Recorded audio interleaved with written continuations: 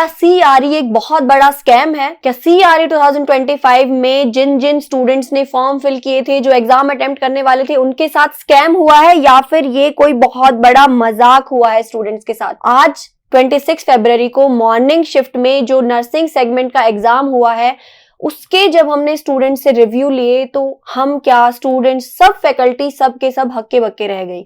हमने खुद जाकर एग्जाम सेंटर पर बच्चों से रिव्यूज लिए कि उनका एग्जाम आखिर कैसा हुआ, और हम तो बहुत ज्यादा खुश थे ये सोचकर कि ऑब्वियसली बच्चे बहुत अच्छा ही अटेम्प्ट करके आए होंगे, क्योंकि नर्सिंग सेगमेंट के क्वेश्चन आने थे, नॉन नर्सिंग सेगमेंट के क्वेश्चन आने थे।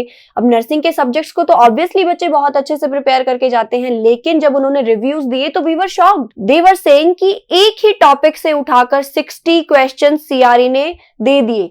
अब कोई भी स्टूडेंट है, उसने नर्सिंग के कितने इंपॉर्टेंट सब्जेक्ट्स को कवर किया होगा, fundamental of nursing, medical surgical nursing, obs and gynae, paediatrics, psychiatry, then हमारे और भी मेजर सब्जेक्ट्स हैं, फार्माकोलॉजी है। तो इन सारे सब्जेक्ट्स को छोड़कर सिर्फ एक स्पेसिफिक टॉपिक को उठाना और पूरा का पूरा एग्जाम उसी टॉपिक से बना देना, I don't think it is fair. और स्टूडेंट्स के लिए भी ये चीज सही नहीं थी, क्योंकि बहुत सारे स्टूडेंट्स ऐसे होंगे जो सिर्फ इस पेपर को देखकर ही हक्के बक्के रह गए होंगे, घबरा गए होंगे कि आखिर ये कैसा, किस टाइप का क्वेश्चन पेपर है।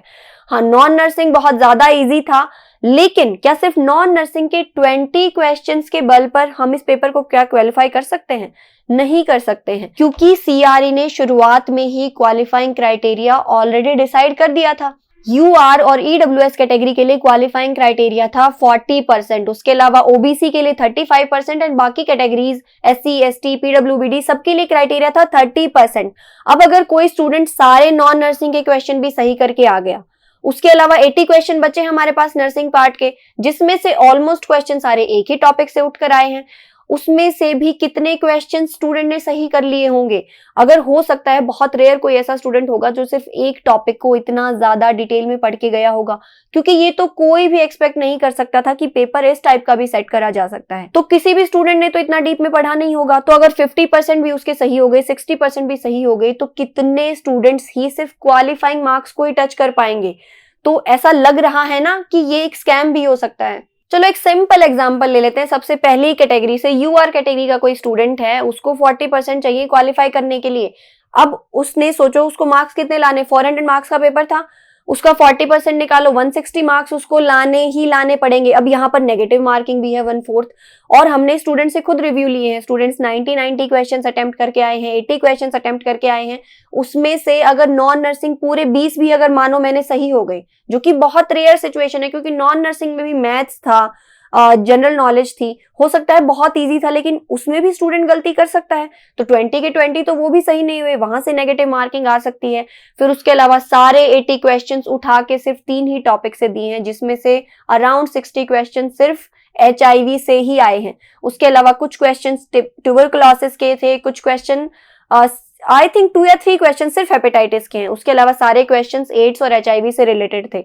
तो अगर उसने कितने ही क्वेश्चंस उसने सही करे होंगे, कितने गलत करे होंगे कि उसको 160 मार्क्स तक सिर्फ पहुंचना है, और ये सिर्फ क्वालिफाइंग क्राइटेरिया है। और जैसा हमने पहले अंदाजा लगाया था कि CRE की सीटें खाली रह जाएंगी लेकिन सिलेक्शन नहीं हो पाएगा, वो शायद इसी वजह से हम सोच रहे थे, क्योंकि एग्जाम का पैटर्न देखो, सिलेबस पहले से कितना क्लियरली डिस्क्राइब था, नर्सिंग के इतने क्वेश्चन आने हैं, नॉन नर्सिंग का इतना पोर्शन आना है, लेकिन उस चीज को शायद कंप्लीटली फॉलो नहीं करा गया। तो जब क्वालिफाइंग मार्क्स तक टच ही नहीं कर पाएंगे स्टूडेंट, तो फिर सीट फिल करेगा कौन? और ये तो हो गई एग्जाम की बात। अब उसके बाद देख लो, फीस भी तो इतनी मोटी वसूली गई थी, 3000 रुपए की रकम एक ऐसे स्टूडेंट के लिए जिसने अभी तक वो बहुत टाइम से प्रिपेयर ही कर रहा है। उसके पेरेंट्स के लिए कितना मुश्किल होता है हर एक फॉर्म के लिए इतनी मोटी मोटी फीस भरना।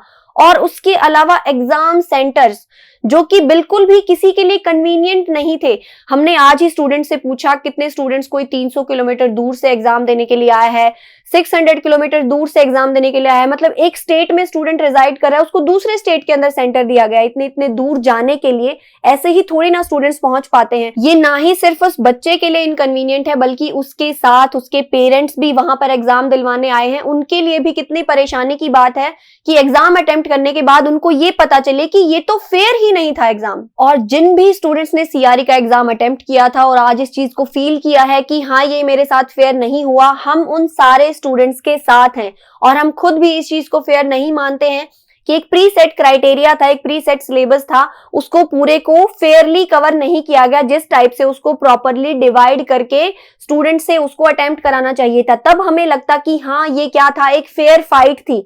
अभी स्टूडेंट्स को फेयर फाइट का ही मौका नहीं मिला है।